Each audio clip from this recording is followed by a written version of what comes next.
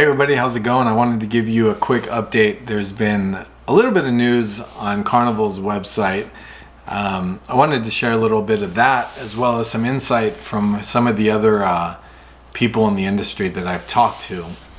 You know, as expected, Carnival posted, and as you may have seen, some cruise ships have started to sail, and those are mostly, there's a couple cruise ships that have been in Europe, and they are back to sailing, and one of them is actually under Carnival Corp's brand.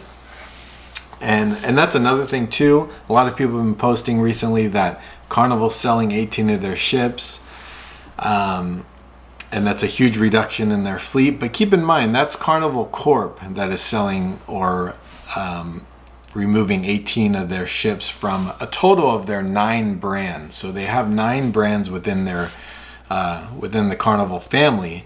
Carnival Cruise Line is one of those brands. That was their original brand. So when you take 18 ships out of the fleet, you're not taking 18 ships out of like the 20 or so Carnival ships. You're taking 18 out of, I believe before COVID and before all this started, I think Carnival had about 105 or 110 ships total throughout the 9 brands that they currently own. And because of all these new ships that they have on order and new ships coming in and likelihood of demand going down, they've just made the wise decision to get rid of some of their less effective ships. In a sense, removing some of the gas guzzlers and some of the ships that don't perform as well for them. In recent weeks, there's been a lot of pressure by the cruise industry to allow them to start working and getting back to operations. I'll put a link in the description of this video so you can read what they posted earlier today on their website. What they're proposing is that they will do 100% testing of all guests and team members. So effectively that's a rapid COVID test, whether it's a spit or saliva test. Who knows the details of what type of test that is. I can tell you, having a niece that recently traveled abroad, she landed in Paris. She wasn't able to leave the airport until she had a clear test, and once that test came back negative, then she was able to leave and go about her business. The other proposal is that policies with regard to wearing masks by all guests and team members in designated venues and environments on board the ship and during shore excursions. Enhanced medical staffing, facilities, equipment, onboard testing capabilities, and quarantine isolation resources. And then lastly, the other item that they're proposing is that on shore excursions, they'll limit those to likelihood. This will be cruise organized shore excursions. You know, for me personally, I'm not a big fan of that because we typically never do our excursions through the cruise lines because they're usually double the price, if not more, and we like to move about and kind of do our own thing. Would we sacrifice and take a few cruises over the next couple of years and do a couple cruise excursions through the through that particular cruise ship? Sure. If there was something we really wanted to do, we'd have no issues with it. If that meant being able to get back to taking a cruise, we'd be on board with it.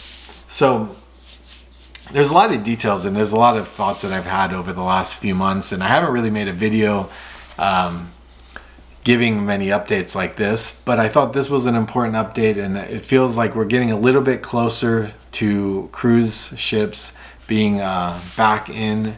I felt that cruising for the next, over the next year or two, whenever cruises start to happen on a regular basis, are going to be different. And I really think some of the things that we're going to see, the biggest changes I think we'll see, especially early on, is that, people that go work on a cruise, entertainers, comedians, they're going to be on those ships for longer periods of time. Where in the past, like a comedian, for example, a comedian that I'm friends with that I talked to recently who works probably 80-90% of his business in the past 10 years has been working on cruise ships.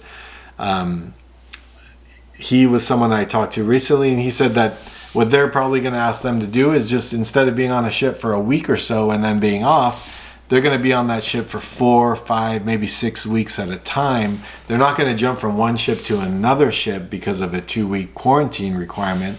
So they're going to stay on that ship, and then they'll come in, they'll go home for a month or so, and then they'll go back out to sea for however long they want to go out, whether it's 3, 4, 5, 6 weeks. And I think a lot of that depends on the comedian and personally whether or not they want to do it. Similar to people that choose to take a cruise. If you're just not comfortable, you're not willing to do it, then people are going to stay at home. And I think a lot of people are going to stay home. If you're an avid cruiser like ourselves and someone who's enjoyed taking cruises over the last many years, I think there's going to be some great opportunities and great deals for people that really enjoy cruises. The last few months we've taken a couple of vacations and we've done some all-inclusive options down in Mexico, and as much as we've enjoyed that, being in the same location for 6 to 7 days has not been ideal. We've had a fabulous time. I do think this is a great opportunity for all-inclusive resorts to really step up their game and try to capture a lot of that cruise industry business. So we'll see if that happens. But in the meantime, I think we're maybe a couple months away from seeing some cruises, especially in the Florida area, head out on some shorter 3, 4, 5, and 6 day voyages. One of the things that I've thought that we'll see immediately when cruising does begin is that a lot of these cruise lines are going to end up spending more time in some of the ports and some of their private islands, really private beaches that they own. Carnival, for example, if you go to Roatan, if you get off the ship there in Roatan, in the past you could go explore, you could go do a number of different excursions. You may be limited to just only going to that area within the Carnival kind of controlled zone. It's a beautiful spot. There's lots to do. Would I have a problem taking a cruise that went to Roatan and only going there? No. I mean, I'd rather do that than not take a cruise at all. Another example is Amber Cove in the Dominican Republic. It's a beautiful beach, a beautiful area. You get off the ship, you spend some time there in the pools, water slides, the activities. There's lots to do. You may not be able to go and explore some of the other parts of the area, but I think in general, cruise lines that have access to these private areas, these private beaches, private islands, they're going to be spending a lot more time cruising to areas like that versus in the past going somewhere like a typical St. Lucia and everybody kind of gets off the boat and scatters and does their own thing. I think we'll see less of that over the next year or so, at least until we have a vaccine, at least until people are more comfortable with COVID-19. So in general, I think we're going to see cruising start up here rather soon, within the next few months. I still have this feeling that we might see some cancellations through the end of the year. I know some cruise lines have, but we'll see what happens. Only time will tell. I don't know. I'd love to get some feedback. If you have any comments, leave a comment below. Let me know what your thoughts are. Would you be willing to take a cruise if you had to wear a face mask to sit in a comedy show or to walk around the ship? I'd be curious to hear what your thoughts are. I think, I still think cruising is a fabulous way to get out and explore and see the world. My wife and I, having 2 young boys, we really enjoy it. We love the kids clubs. We love the activities. I've said this in the past in all of our cruise videos. It gives you an opportunity to go out in the evening and have some, adult time while leaving the kids in the kids club, and the kids have a great time. And then you get to go explore 3, 4 new destinations every week. So let me know what your comments are. We've been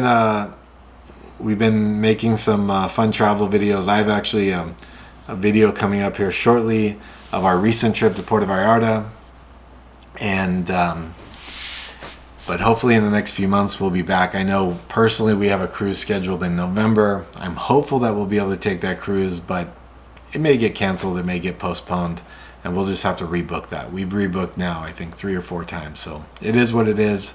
At the end of the day, everybody's trying to stay healthy and And I hope this video finds you well. I hope you're healthy, hope your family is doing well, and please leave a comment. Let me know what you're thinking, and we'll check in with you on the next video. Be sure to like, share, and subscribe. We'll talk to you later. Bye.